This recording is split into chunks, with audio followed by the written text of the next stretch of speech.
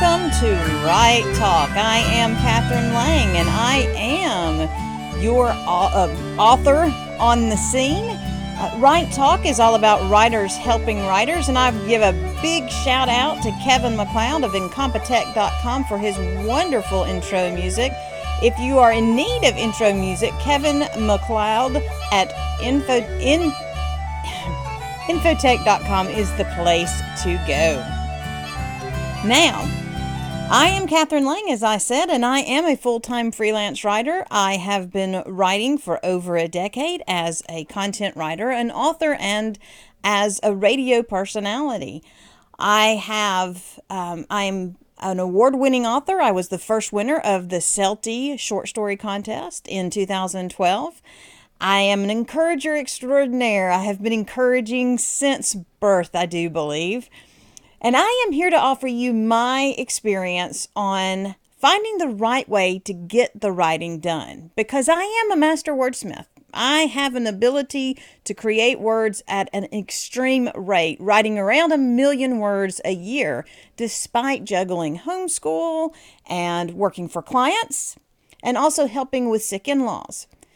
I know that if I can find my way to get it done right, then you can find your way as well. Now, National Novel Writing Month comes up in November. It's closing in on us really fast. And the idea is that you can write an entire novel in 1 month. Yes, it seems extraordinary and a little bit insane, and sometimes we come out at the end of November more than a little bit insane, but we have fun in the journey. The idea is to write a little bit of words every single day, and in writing a little bit every single day, you get that novel done. If you write every day in November, then you need to write around 1,700 words a day to get your writing done. A lot of us work together to do different types of challenges like word sprints, which are 15 minutes of just writing, or word wars, where they're a 30-minute long challenge or an hour-long challenge of writing as many words as you can and seeing who comes out at the end of that with the most words written. But in order to be in a position to write in these segments of time, I have to have my life in somewhat of an order, or have a schedule that's going to allow me to get the words written.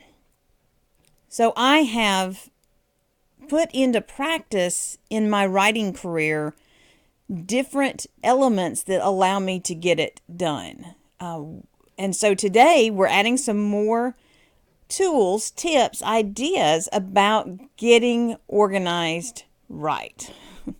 Or better yet, getting organized to write. I mentioned that I homeschool. And because I homeschool, there's always something going on around me. Right now, I'm trying to get my morning routine going, even though my morning people stayed up with me because of a particular broadcast going on last night. And so now nobody wants to get out of bed. Add to that winter has, well, not winter because we're in Alabama, but fall showed up. And that means it's a little bit cooler in the house than they're used to.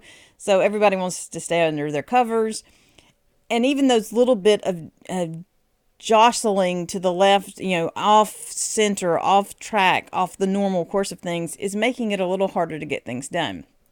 If I didn't have some kind of schedule or some kind of routine already set, then every single day would be about trying to herd cats. And if you've ever done that, you got scratched because cats don't like to be herded. So I've put together some tools that I use and some practices that I have in place that allow me to get my writing done. One of the things I do is I do utilize different tools.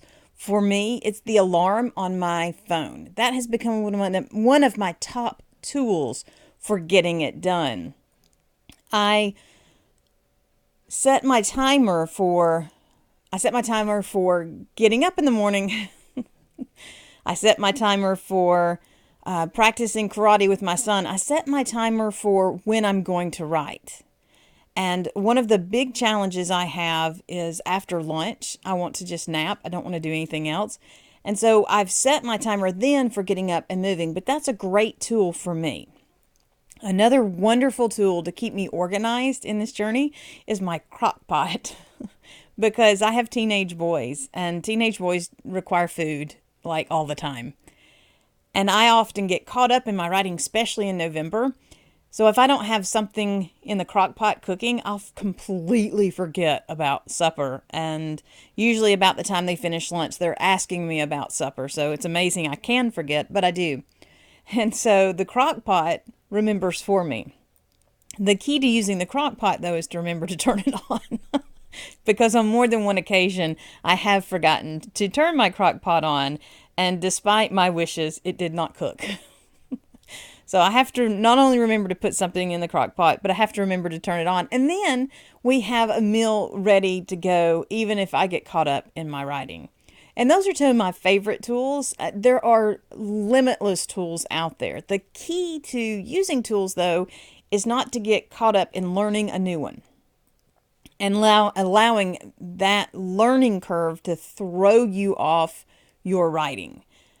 There are several apps that you can initiate. I just recently loaded one of the Dragon apps in order to translate what I'm speaking into a written formula, and it worked really great. I'm still going to have to take what the app created and I'm going to have to turn it into something I can use, but it's an interesting way to take presentations and make them into ebooks or pamphlets.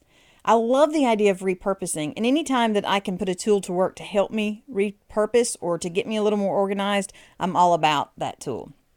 So I'd love to hear about your favorite tools. Do you have a tool that you use to help you stay organized or to get organized? The next thing that we have to do is we have to learn to say no. We have to learn to say no to anybody that tries to distract us from what it is we're supposed to be doing. And we have to learn to say no without excuse or explanation. And that is a really tricky thing to do if you've never done it, because the natural response is almost to say no because. The thing that broke me of saying because is that my mom was a master at getting around the becauses. So if I gave her a no and I gave her a reason for the no, then she would find a way around the reason and would trap me into saying yes. And I don't think she meant to trap me into saying yes most of the time. I know she did some of the times. But I think part of it was she was trying to be accommodating in helping me get to the yes. But if I just said no, then there was she didn't have any place to take that. Oftentimes she would ask me why, and I would then have to have a discussion with her. But most of the time, if I just say no, then that's it. I practice a lot with my kids, much to the annoyance of my children. I don't say no because I'm the mom. I just say no. The answer is no because the answer is no. The more I say no without excuse, the easier it becomes to say no without having to give it a reason or give it an explanation or to fix it in some way so that other people can accept what I'm saying. I also know that one of the best ways to get to the place where I am organized to write is to cage the squirrels. In my life, squirrels are everywhere. It's amazing. Several years ago, after the movie Up came out, I really started using squirrels and squirrel as a way of pointing out a distraction to me and to my children. And that was the same year that if you won National Novel Writing Month, your name went into a pot to draw out a gift, which was a squirrel with a little sweatshirt that said, Squirrel of Mass Distraction. And so I had this, and I won that year. It was awesome. And I had a squirrel of mass distraction that sat around the house. And amazingly, every now and then I get distracted when I'm talking about the squirrel of mass distraction because I don't know where it's gone. And it distracts me to know not where it's located. But anyway, I determined that distractions are a lot like squirrels. And if you've ever raised a squirrel, and we used to foster squirrels, they are constantly into something, and they're constantly catching your attention, and they're constantly going and doing. And if you're not watching, they get out and then they're really going and doing. So to me, squirrels are a great representation for the distractions. And if I don't want the distractions to run my day or ruin my day sometimes, then I have to learn to first recognize the distractions. And I have gotten better about this, especially on social media. Social media can be a great squirrel, especially after an event like last night, where everybody has something to say and everybody has a thought or an idea or a suggestion. And I have to be careful not to spend all of my effort and all of my creative juices on responding or giving my own thoughts or suggestions. If it is driving me closer to where I need to go, and if it is helping me move down the path that I have defined for my journey, then getting involved in it is not necessarily a distraction. However, if it is stealing from me the focus, the resources, or the energy I need to get done what I know to get done, then it is a distraction. Label it that and walk away. Plus, I also need to practice getting past those squirrels. And one of my greatest tips is to hide posts on social media. I just click hide. If it starts off negative, because I am all about being positive and being focused on the positive and the possibility, if it starts out negative, then the first thing I do is hide it. If it is vulgar, I hide it. I have children. I don't want them to see it. If it has to apologize for the language, I hide it. I don't want to hear that. And that's just my choice. The thing is that I am going ahead and I'm practicing moving past the distractions. I'm not even letting them in the door. And in doing so, I keep my focus on where I'm going and where I want to go. And that keeps me organized to get my writing done.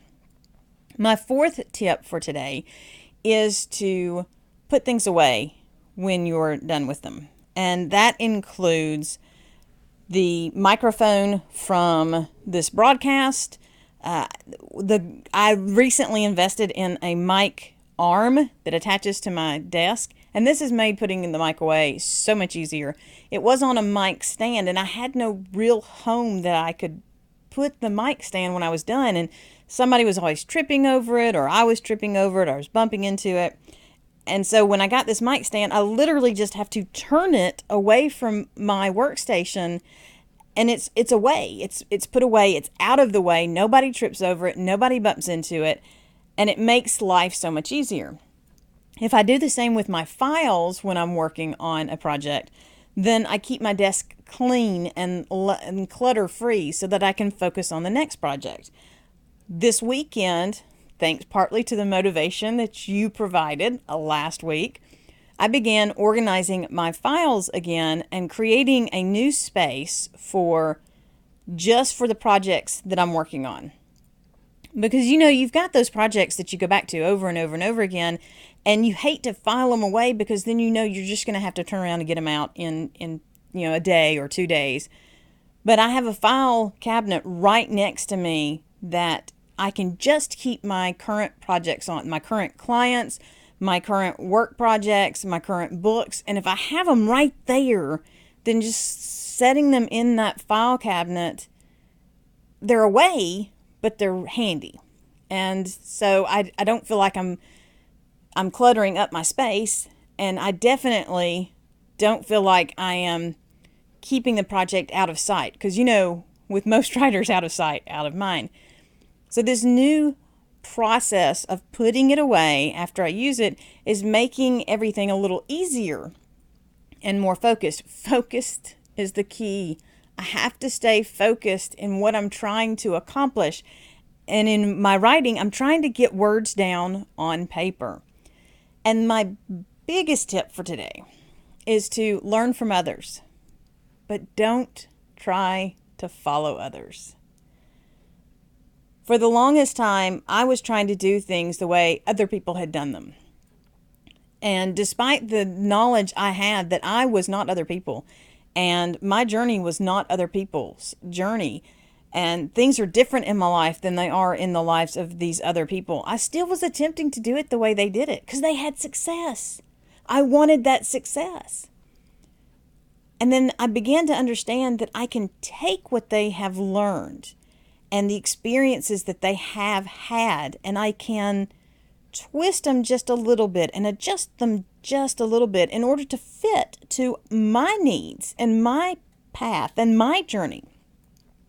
Homeschooling has helped me with this tremendously because every single child is different when they're learning. And if I try to shove them into a successful box from my friends or from their brothers, then they will struggle, or I'll struggle to make it happen. If I let them kind of twist the way a little bit, then they begin to find their pattern. One of my sons wanted to stand up to do school. He hated to sit down to do school. But he'd stand up, he'd get it done, it'd be done, he'd be done. If you tried to make him sit, you'd spend the whole day trying to keep him in that chair. I had another son that liked to sit under the table. That's just where he preferred to do his work. And eventually they moved out of this process and into their own pattern. But by allowing them to find their way, they were able to create success without having to fit into a mold. And I have to kind of take that idea and put it to work in my writing journey. I have to take all of this information, and there is so much information out there. You can get caught up in the information if you're not careful. I have to take the information that I'm learning and I have to apply it to my journey. I have to find a way to make it work for me. My friend Katherine from the 10-Minute Novelists, she uses 10 minutes a day as her writing prompt. She writes for at least 10 minutes every single day. And that's great. I've tried that. It does work for a season, at least for me. I have to set aside blocks of time, and within those blocks of time, I have to use segments of time. Because I know that from this time to this time, I'm going to be on an event or activity with one of my children. And I know somewhere in that time span, I'm going to be able to write, and I'll have a project that I want to work on. There are days when I can set a timer and I can write for 20 minutes or 30 minutes, like the word wars and the word sprints. But those aren't every day.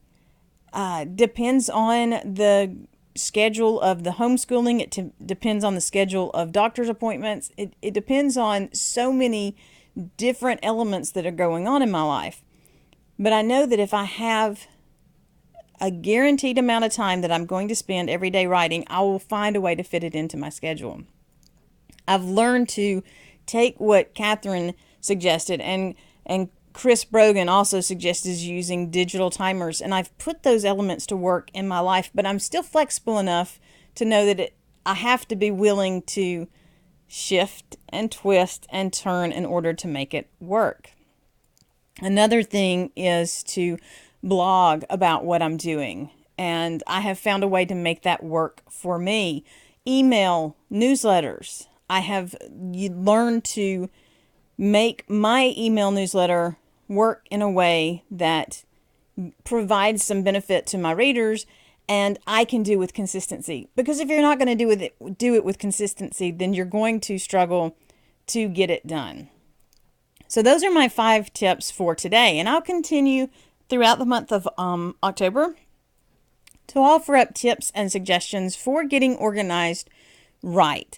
The first today was to put tools to work, to find the tools that work for you, whether it's a digital timer or the alarm on your clock or a crock pot, whatever works for you, find a way to put it to work. And don't get caught up in learning new tools so much that you don't get anything accomplished.